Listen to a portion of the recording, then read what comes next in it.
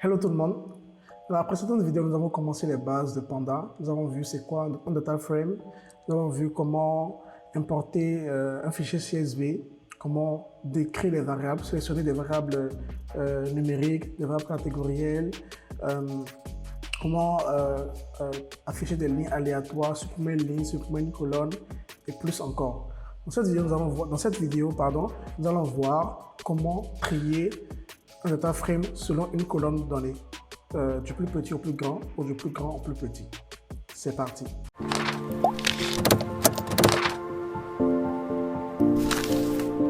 Alors, comme d'habitude, nous avons le notebook qui est disponible.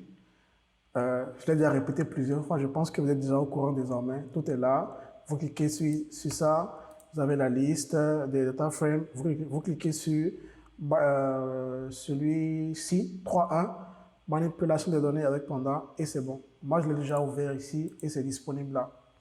Alors, donc ici, nous voulons voir comment trier des variables, un data frame selon une colonne donnée.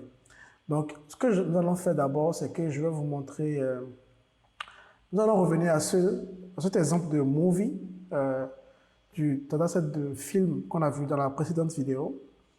Et pour rappel rapide de ce qu'on a fait déjà, allez, je vous montre ceci. Voilà.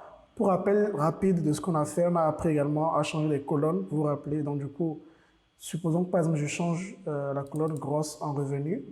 Donc, movie reduce.rename, colonne égale à grosse, un dictionnaire, c'est-à-dire la clé, ce qu'on veut changer, et la valeur c'est la variable, le nouveau nom. Une place égale à true, pourquoi? Pour que ce soit directement en mémoire sur movie reduce, ça ne nous retourne pas un data frame. Parfait. Donc, ce que je veux vous montrer, c'est quoi?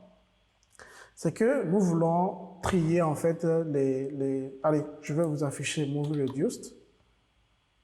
Ok, vous voyez, désormais on a le revenu au lieu de gross, on a la durée, on a le budget et autres. Maintenant, je veux trier en fait, je veux trier ce data frame en fait selon la colonne revenu. Je veux afficher du plus grand revenu au plus petit revenu. Donc je veux voir le film qui a généré le plus gros revenu d'abord avant les autres. Donc pour ce faire, on utilise la fonction sort values. Sort values. Ok. Alors, moviereduce.sortValues, on met le nom de la colonne à l'intérieur.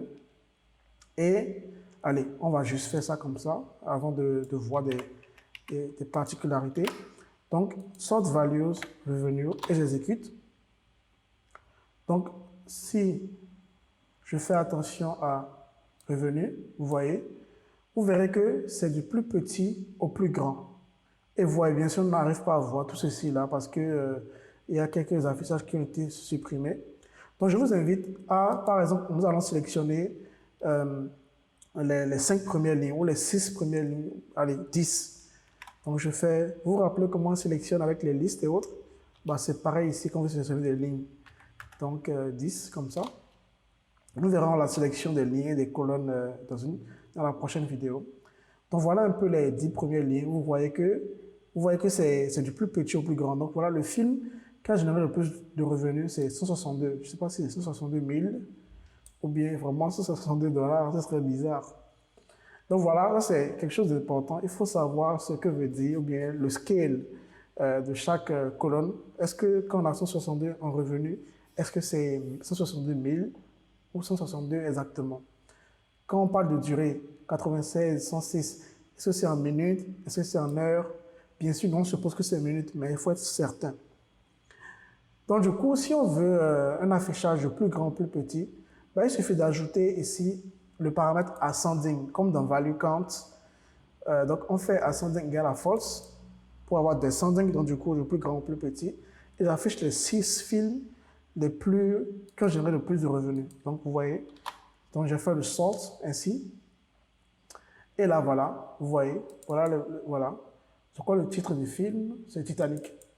Vous voyez comment on a analysé, on s'est posé la question, quel est le film qui a généré le plus de revenus? C'est le Titanic, avec ce nom-là, je ne compte pas le lire. Après Titanic, c'est quoi? C'est Jurassic World, après c'est The Avengers, après c'est The Dark Knight, Star Wars bien sûr. Alors, quelque chose d'intéressant ici qu'il faut remarquer, c'est que les films qui ont généré le plus de revenus ne sont pas forcément les films qui ont le meilleur score. Vous voyez, on a 7 ici, on a 7,7. Voilà, par exemple, ce film Dark Knight a reçu une meilleure note que le film Titanic, pourtant 7,7. Mais il se peut que ceci, il a une meilleure note parce qu'il n'a pas été noté par plus de personnes. Donc, il faut voir également cette variable-là. Donc, voilà un peu l'analyse de données quand on se pose ce genre de questions et c'est très intéressant. Maintenant, mieux, on peut trier selon plusieurs colonnes.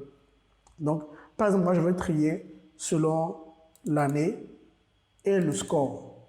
C'est-à-dire que je veux d'abord qu'on prenne, par exemple, l'année 2005, qu'on trie les films qui ont le meilleur score pour chaque année, ok, pour cette année-là, puis on passe à une autre année et on trie. Donc typiquement, qu'est-ce que Panda va faire? D'abord, il va trier, je mets ascending égale à false, donc ce sera descending, donc du plus grand au plus petit. Donc du coup, il va prendre par exemple la dernière année, j'imagine que c'est 2015, 2016, un truc comme ça. Donc, il va d'abord trier par année 2005, 2015, 2016, 2016, 2015, 2014, et ainsi de suite. Puis, pour chaque année, puisque pour chaque année, on aura plusieurs lignes, il va trier maintenant par le IMDb score. Vous voyez? Donc, si j'exécute, vous allez voir un peu. Donc, allez, je vais trier. On va sélectionner les 10 premiers, simplement, c'est mieux.